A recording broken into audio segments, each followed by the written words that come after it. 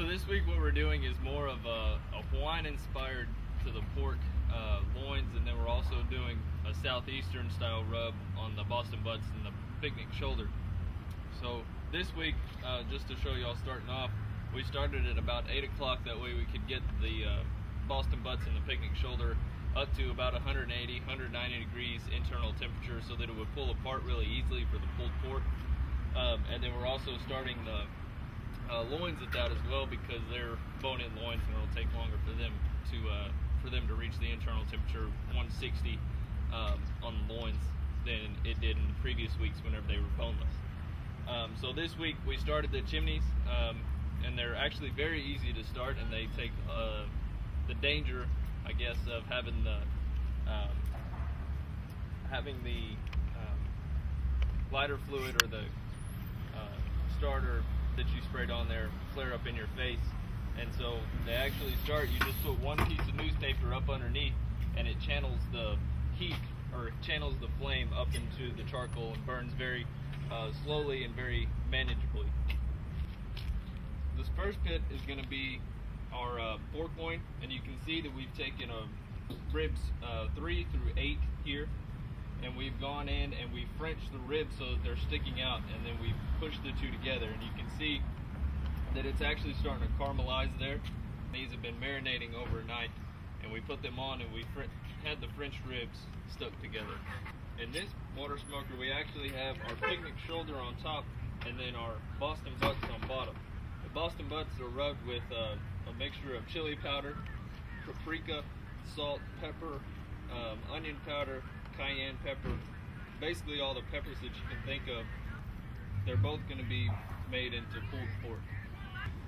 What we're going to do here, since we have the ribs Frenched, we're going to actually lay these pineapple slices on the ribs themselves, and it kind of holds it up there.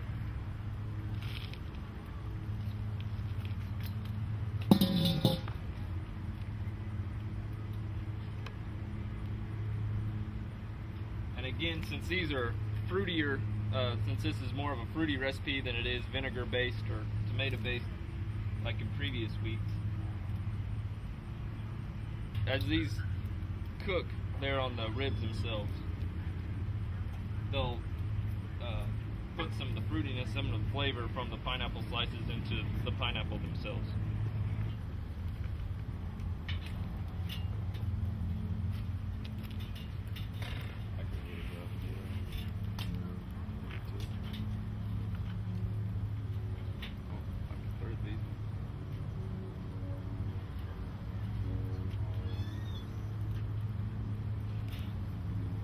We're using the water smokers this week just because they seem to hold the temperature a lot better than the grills do, and also because we don't want any direct heat on these loins or on the Boston butts and picnic shoulder.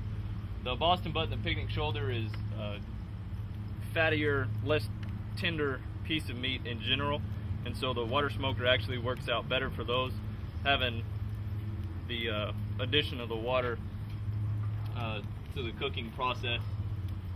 We don't want the direct heat on the pork loins in general, so that's why we're using the water smoker for those as well.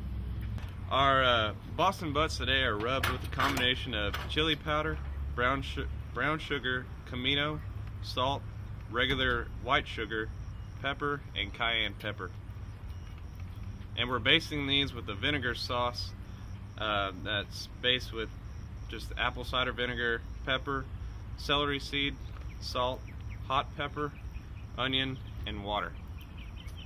Our base rub is our sweet flavor that is initially put onto the pork, and about every 30 to 20 minutes we'll be basting it with our more sour vinegar basting sauce. So you kind of get a combination of sweet and sour. The picnic shoulder, it actually marinated overnight in a combination of apple juice, apple cider vinegar, paprika, chili powder, salt, and regular pepper. We're actually using a spray bottle here to make sure that these stay seasoned and don't dry out on us. And it's actually a mixture of apple juice, apple cider vinegar, chili powder, and paprika. And you actually just spray it on here, and get the entire surface coated with the spray itself to make sure that it stays moist throughout the cooking process. The pit ham, these are very popular. This is already pre-cooked, and all we're doing is reheating this. It's a cured and smoked product. The pit stands for partially internally trimmed, so that's where the pit comes from, partially internally trimmed. So basically what you do, you take a bone-in ham, you trim the exterior fat, you trim out the interior fat, you go through a process of curing of where you're going to add water and salt and sugar, sodium nitrite and phosphate, and maybe some other type seasonings, and then you're going to put that ham back together. And what you'll notice on that, which is common with the pit hams, it's in a teardrop shape. And basically, when you stick those muscles down into the ham stocking, well, they droop down, and that's where you get your teardrop shape. And then also, if you're sitting there carving out on these carving racks, well, the narrow part goes down into the trimming rack, and then you can trim off the top portion.